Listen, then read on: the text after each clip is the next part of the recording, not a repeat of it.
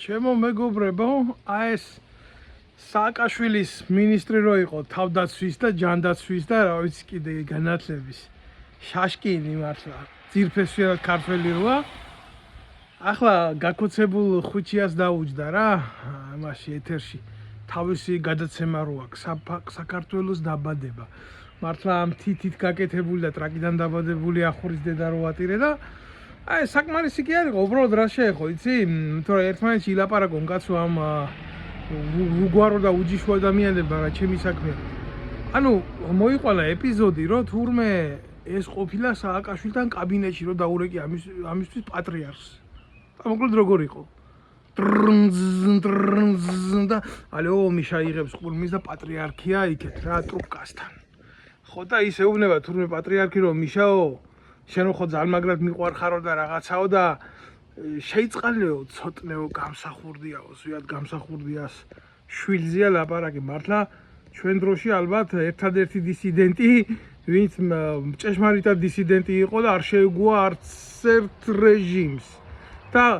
ნაცებმა და ქოცებმა საბოლოო ჯამში მიიყვანეს იმ ზომაზე რომ ადამიანი არ იქმედით უუნარო. ამას ხას უსვამ ამას. და უბრუნდები ახლა თემას და მერეო მიშამ რა პასუხი გასცაო, იციო მიშამ პასუხი გასცაო რომ ისო ცოტნე გამსახურდია ზვიადი შვილიო კი არა ჩემი შვილი რო იყოსო ჩემი ხელით მივიყვანო და ჩავაბარებო სახელმწიფო უწყებებსო მეო ასეო გავაკეთებო მაგასო და მერეო მიშამ უთხრაო როგორ მიყვარხარო და როგორ და ასეო და პატრიარქსო და შეახსენა რომ მისი სულიერი შვილიაო და მთელი სიყვარულები და ნეტარობები და რაღაცა. და ახლა მერეო ბაბა ამას ვინ დამიჯერებსო და გააკეთა. ჯერ ერთი შაშკინის კორუმპირებულ დედას რო შევეცი, მაგის სახს შეხედეთ და დასვით ერთი ამ ღარიბ ქვეყანაში, ამ ღარიბი ქვეყნის თავდაცვის მინისტრმა, ჯანდაცვის მინისტრმა და განათლების მინისტრმა წერა კითხვა რო არ იცის ხალხმა, როგორ ააშენა აი ესეთი სასახლე. და არა ერთი მარტო.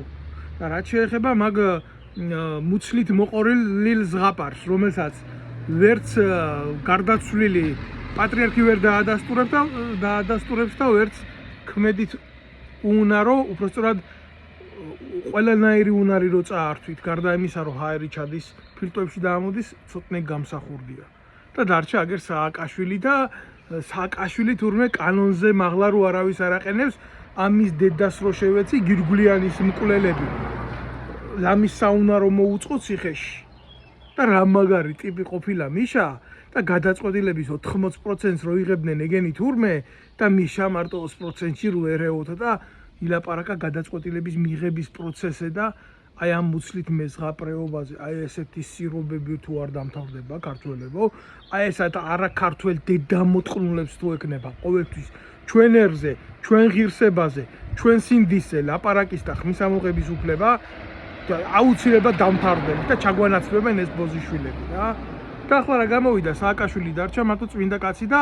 სააკაშვილი იტყვის და მე რას ამბობს იცი? ცოტნე გამსახურდიაო, რაზე იჯდაო და ახლა არ ვიტყვიო ცოტნე გამსახურდიაო, რაზე იჯდაო. დისიდენტი,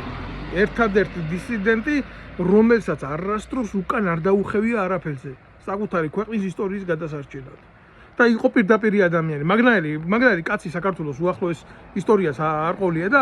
ნახეთ როგორ უთხზავს რაღაცა ზღაპარს და ვითომ არ იცის რა თემას ეხებოდა საქმე და მე ამბობს რომ ისა რა ქვია ცოტნე გამსახურდიაო მოძალადე იყო და ძალადობაზეო იჯდაო ციხეში რა და აი უცებ შეაფურთხა ცოტნე გამსახურდიას. აუ შაშკინის დედის მუტელი რომ მოვტყან, აი ვინც მისმენს ალალი იყოს მართლა აი როგორ შეიძლება მე ვიკადრო და ვთქვა რომ ცოტნე გამსახურდიას მაგივრად პასუხსცემ ამ ბოზიშვის. ღმერთმა ინებოს და ის კაცი დაბრუნდეს თავის გონებაში და თავის ალაპარ და ყველაზე მეტი გულსატკენი რა იყო იცი? მერეო ახლაო მეო თან არ ხდება იცი? აგრძელებს რომ ხახთანა ახლოს გამიგე ეს დედამოტყნოლი მერეო თბილისიო ბასეინზე ვიყავიო, ჯანდაცვის მინისტრი, თავდაცვის მინისტრი, განათლების მინისტრი და კიდე რა ვიცი რა ჩემი ყლის მინისტრი იყო, თურმე ხალხში დადიოდა რა, ჩვეულებრივი მოვლენა იყო და თურმე შემთხვევით კაცო ამ ხელა ბუმბერას ადამიანთან ქონია საშუალება ცოტნე გამსახურდიას რომ იკარებოდა, გამიგე რა ზღაპარი მოყვა ამის დედაშევეს და რაღაცა გასახდელში თურმე რომ ნიფხავს იცვამდა, მისულა ცოტნე გამსახურდია და უთქვია შენო შაშკინი ხარო და ამას უთქვია კიო, მეო შაშკინი ვარ, ხوار დამალავდა ბიჭო, ეგი განათლების მინისტრი და ჯანდაცვის მინისტრი და თავდაცვის მინისტრი და ცოტნე გამსახურდიას და ციხეების მინისტრის ყოფილა, მე არ ვიცოდი, არ მახსოვდა ბოდიში და ცოტნე გამსახურდიას უთქვია რომ მე რო ციხეშიო ვიჯექიო, შენ იყავიო მაშინო ციხეების მინისტრი და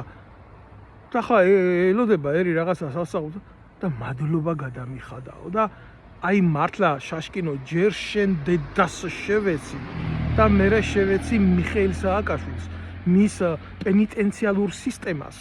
და მის და რა უქნეს, რამდენჯერ დაიჭირეს და რამდენჯერ აწვალეს და რამდენჯერ აწამეს კაცი და რამდენი ტკივილი მიაყენეს ცოტნე გამსახურდიას იმის გულისთვის რომ თქვენ ნაბოზრებო რა